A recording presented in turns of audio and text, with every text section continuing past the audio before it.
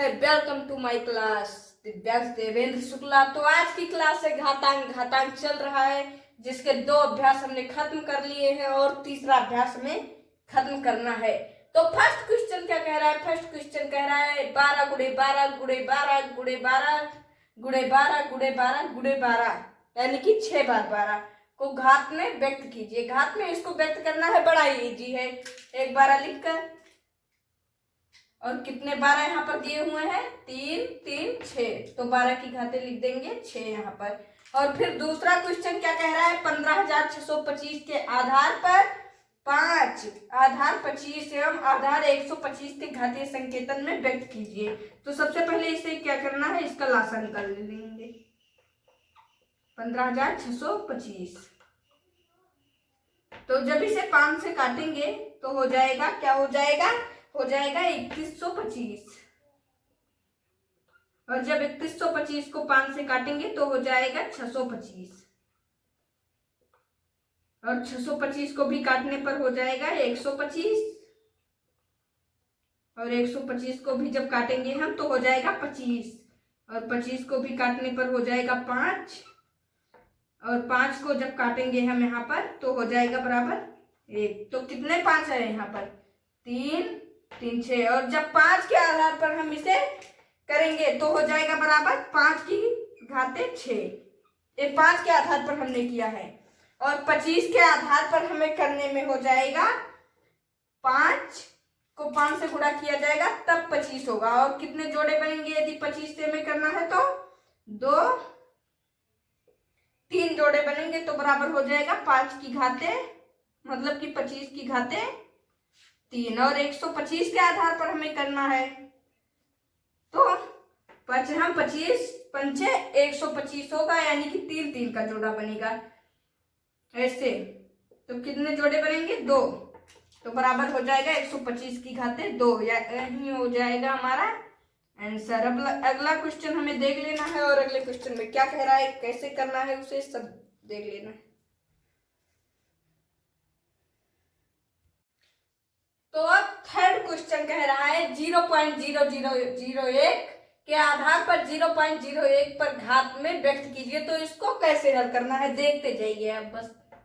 तो इसको 0.0001 का जब हम दशमलव हटाएंगे तो बटे में हो जाएगा 1। और जितने इधर अंक हैं उतने यहाँ पर 0 नीचे लिख दिया जाएगा। तो कितने हैं? 4, 1 2 3 4, तो यहाँ पर 4 0 लिख दिया जाएगा। उसी प्रकार जब 0.01 का भी दशमलव हम हटाएंगे तो इसके बगल में कितने 0 हैं? 2, तो 1 लिखकर 2 0 लिख देंगे। तो इसका मतलब हो जाएगा बराबर 1/10,000।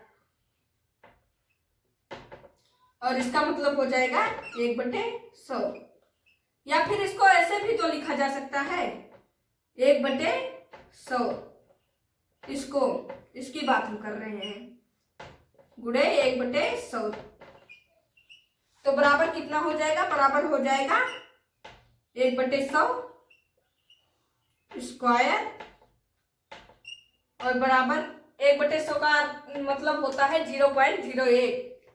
तो यहाँ पर 0.01 लिख करके स्क्वायर लिख देंगे, यही हो जाएगा हमारा आंसर।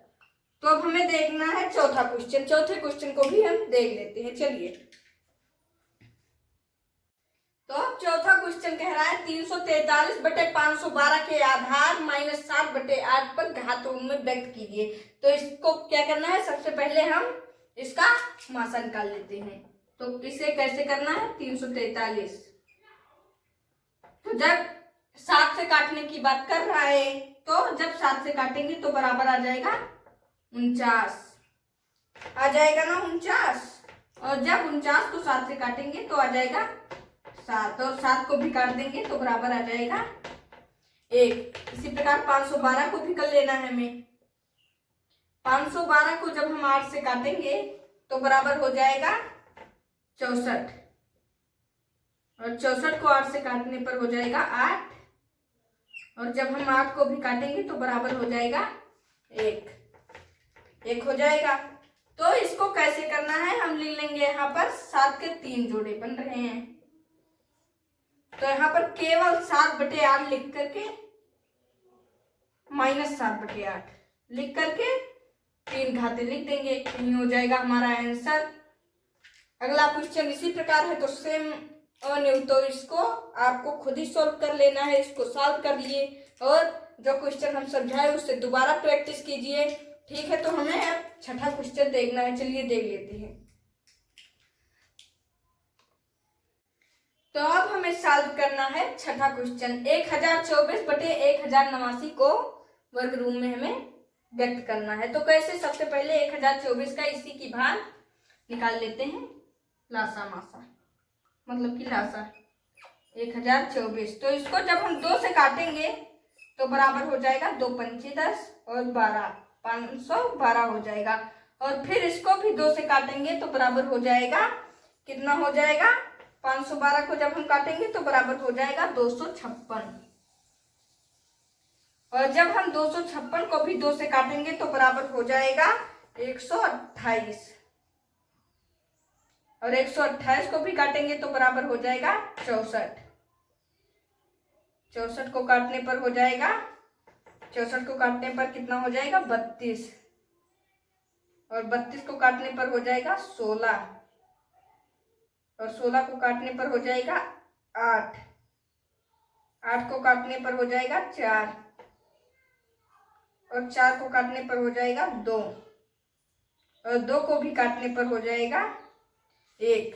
और इसी प्रकार 1024 का तो हमने कर लिया, अब 1089 को भी करना है। कितने का, 1089। तो इसको किससे काटेंगे, 3 से कटेगा तो बराबर हो जाएगा 363। और जब फिर 3 से काटेंगे तो बराबर हो जाएगा 121। 121 11 से कट जाएगा और 11 खुद 11 से कट जाएगा। तो इसे कैसे करना है देख लीजिए, 1024/1089। तो इसके हमें जोड़े मैच करने हैं, 2 2 के जोड़े बने, यहाँ पर भी 3 2 5 और 3 2 5 के जोड़े बन गए।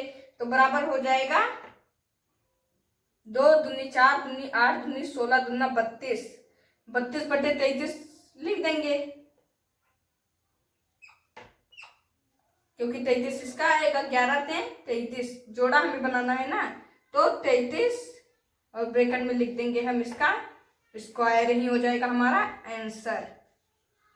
तो अब चलिए हम अगले क्वेश्चन को देख लेते हैं, 7वें क्वेश्चन को। तो दिया हुआ 7वां क्वेश्चन, 512/729 को घन रूप में व्यक्त कीजिए। घन का मतलब होता है 3 लाना।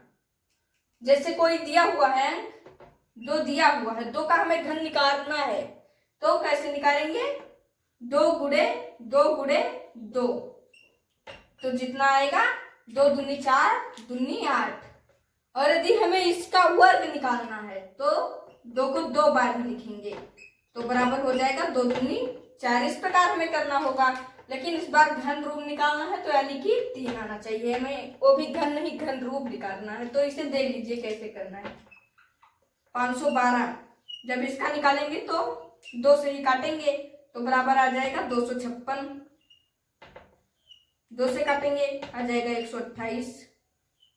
2 से काटेंगे आ जाएगा 64। और 2 से काटेंगे आ जाएगा 32। 2 से काटेंगे आ जाएगा 16। 2 से काटेंगे आ जाएगा 8।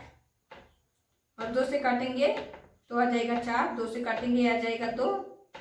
और 2 से काटेंगे तो बराबर आ जाएगा 1। अब 729 का निकालना है, तो इसे सबसे पहले हम किससे काटेंगे, 3 से। 3 से काटेंगे तो बराबर हो जाएगा 243। और फिर 3 से काटेंगे जब तो बराबर हो जाएगा 81। और फिर 3 से काटेंगे तो बराबर हो जाएगा 27। 9 3। तो यहाँ पर लिख लेंगे 512/729 बराबर 3 3 6 3 9। इसका 3 जोड़ा बन रहा है और इसका 2 3 3 का जोड़ा तो बनाना है, तो बराबर हो जाएगा बराबर कितना आ जाएगा, 2 जोड़ों का एक एक अंक लेकर गुणा कर देना है, क्यूब में लिखना है ना, 2 दूनी 4 दूनी 8, तो इसका कितना आ जाएगा 8, और इसका कितना आ जाएगा 3 त्रिका 9, 8/9, और घन रूप में हमें लिखना है तो इसलिए हो जाएगा घन, ऊपर 3 हो जाएगा। तो अब सही विकल्प छांटना है, उसको हम कर लेंगे, बस हमारा अभ्यास खत्म हो जाएगा। तो हम 9वां क्वेश्चन दिया हुआ है, सही विकल्प छांटिए। तो पहला दिया हुआ है 0.000001 का वर्ग रूप होगा, तो इसको हमने हल किया हुआ है, तो इसका सही आंसर हो जाएगा 0.001 स्क्वायर। और 10वां क्वेश्चन कह रहा है 0.05 क्यूब का मान होगा, तो इसमें कौन सा हो जाएगा, इसको भी हमने हल किया हुआ है। आप भी हमने जो विधि बताई थी उसके द्वारा हल कर देख लीजिए, सही आंसर आएगा। और 11वां क्वेश्चन दिया हुआ है 64/125 के घन रूप का आधार होगा। घन रूप का आधार क्या होगा, जैसे कि 4/5 होगा, घन रूप का आधार क्या है, इस घन रूप का आधार 4/5, यही हो जाएगा सही आंसर। तो हमारा अभ्यास समाप्त होता है, अगले अभ्यास में हम फिर मिलेंगे। यदि आपको कुछ समझ में नहीं आ रहा है तो उसको आप कमेंट बॉक्स में लिखकर बताइए।